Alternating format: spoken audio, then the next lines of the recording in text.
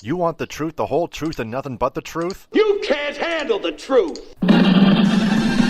Well, we're giving you the Michigan Sports Truth, the show that reveals facts, truth, research, and statistics and never messes around. We lay down the entire truth about everything regarding your Detroit and Michigan sports teams, no matter if it's good or bad. No junk, no entertainment, no homerism, no coddling, no pop culture, no opinions, no shilling, and no fluff. Head over to our website at MichiganSportsTruth.com, follow us on Twitter at Michigan_Truth, and like our Facebook page, The Michigan Sports Truth.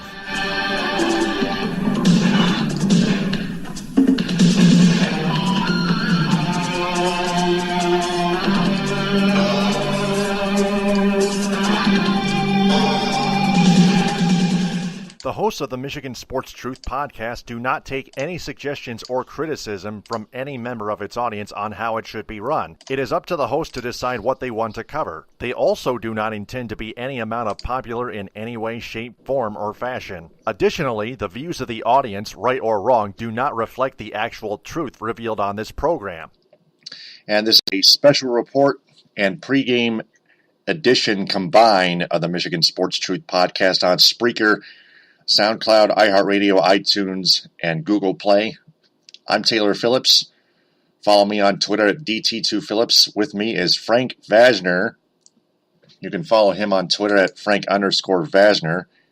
He's a co-host on the show After Further Review on WXUT 88.3 FM in Toledo, a college radio station in Toledo, Ohio at the University of Toledo.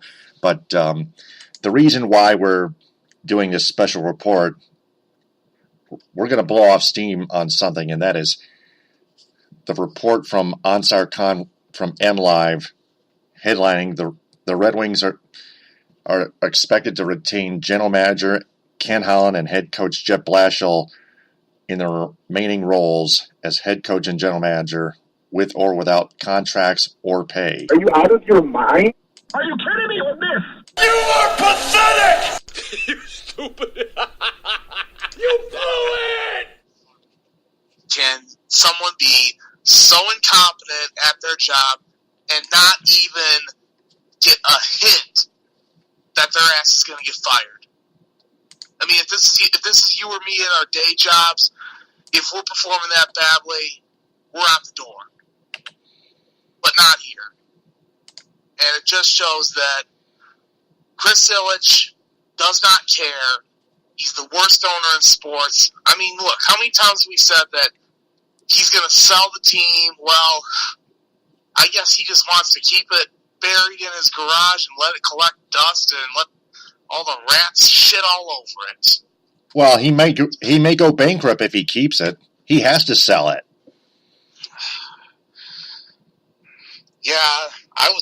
But the longer he lets it sit, the less money he's going to make. Yeah, and the more money he's going to lose. Exactly. I just don't understand it. Yeah. Well, Chris Ilitch wants Ken Holland to test the rebuilding process. That's the reason why he wants to retain Holland and Blashill. And Ken Holland does not know how to rebuild yet. And this is the same Ken Holland that has said that rebuilds take 10 to 15 years. Oh, bullshit.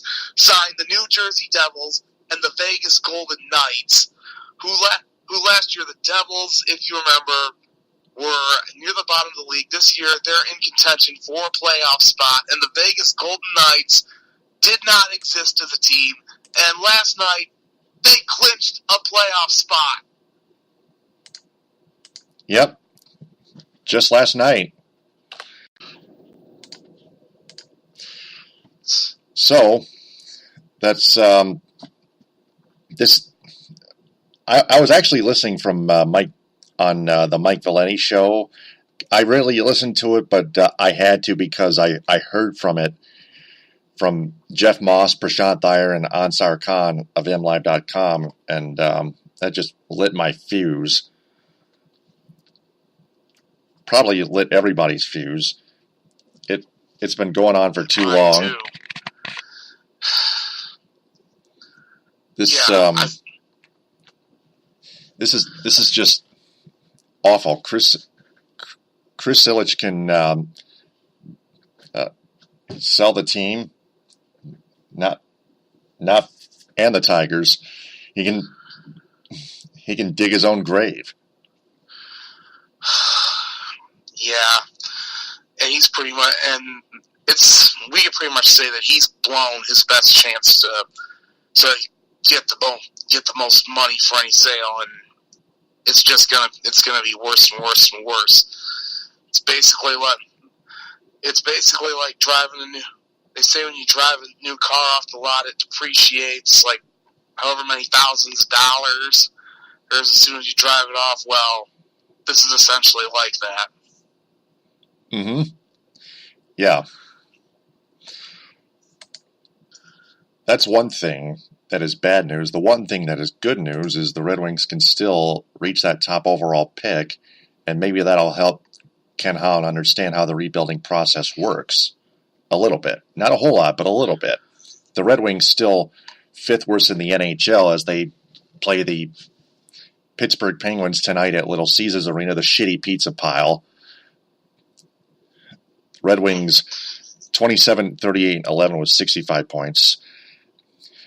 Penguins second place in the Metropolitan Division, 43-27-6 with 92 points.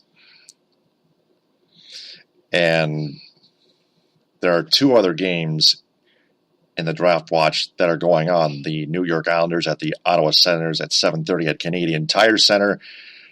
The Ottawa Senators are fourth worst in the NHL, 26-38-11 and 63 points. The Islanders eighth worst in the NHL, 31-35 and 10 with 72 points. That's only a 9-point differential. And I believe the Islanders just got eliminated last night. Or apparently, a couple nights ago. So who knows how that one's going to go? As they're both teams are out of it. And hey, you never know. The Ottawa Senators can actually pull that one out tonight and help the Red Wings out. Maybe jump them, because they're going to have the exact same record as the Red Wings are if the Senators win tonight. Yeah, and they can even hold the tiebreaker because the Ottawa Senators have two more regulation plus overtime wins than the Red Wings have, 24-22. That's a tiebreaker right there. Yeah, that would be the tiebreaker if they were tied at the end of the season. If the season were to end at that point, I'm not sure. I'd have to double check and see how many games that both teams would have played after tonight, because a team with fewer games played would technically hold the tiebreaker. But that's for the here and right now. But once the season ends, then it goes to regulation overtime wins. Then I think the remaining criteria is head-to-head or something like that. Don't forget about the Anaheim Ducks and the Vancouver Canucks at Rogers Arena in Vancouver, British Columbia at 10 p.m. NHL Network has got that covered, apparently. The Canucks, third worst in the NHL, 27-40-9, 63 points. The Anaheim Ducks, third place in the Pacific Division, 39-24-13 at 91 points. Yeah.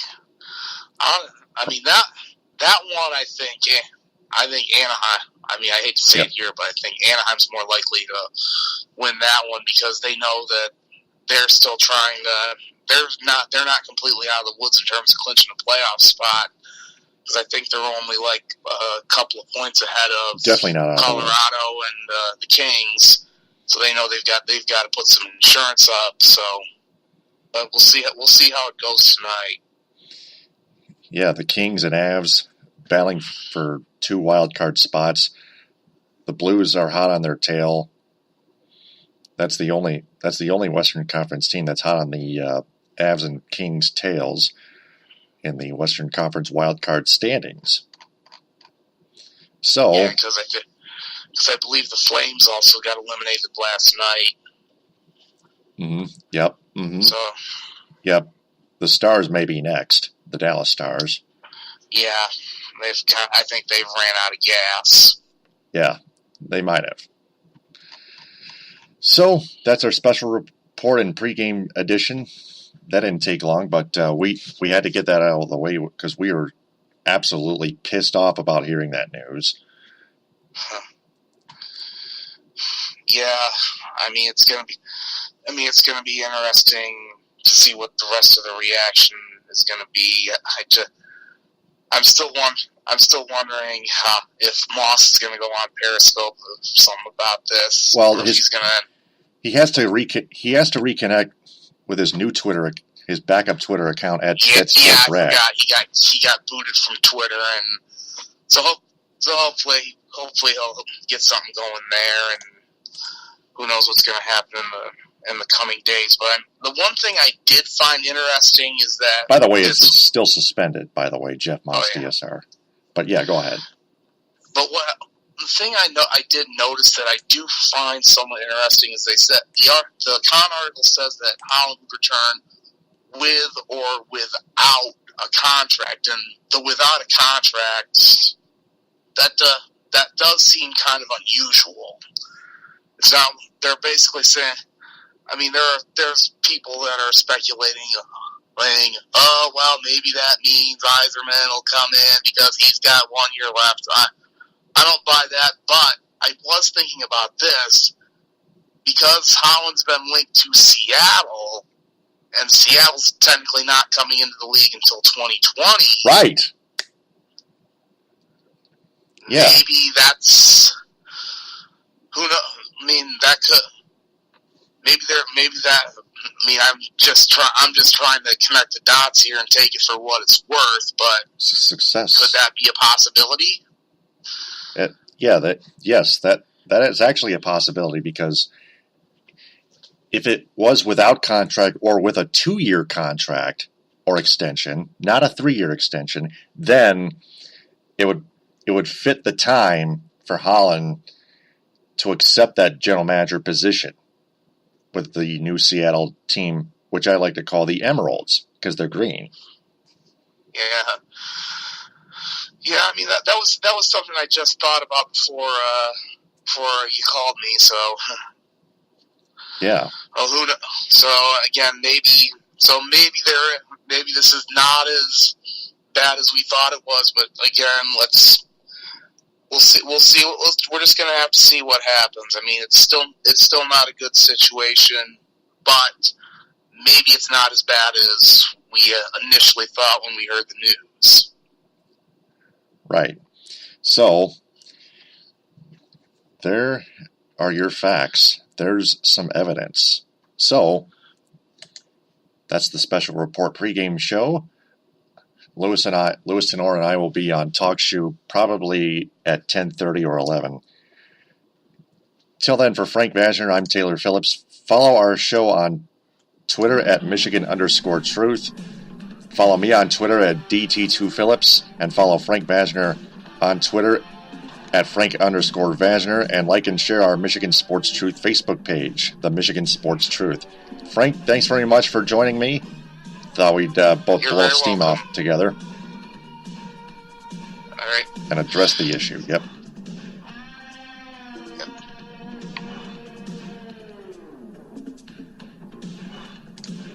The hosts of the Michigan Sports Truth podcast do not take any suggestions or criticism from any member of its audience on how it should be run. It is up to the host to decide what they want to cover. They also do not intend to be any amount of popular in any way, shape, form, or fashion. Additionally, the views of the audience, right or wrong, do not reflect the actual truth revealed on this program.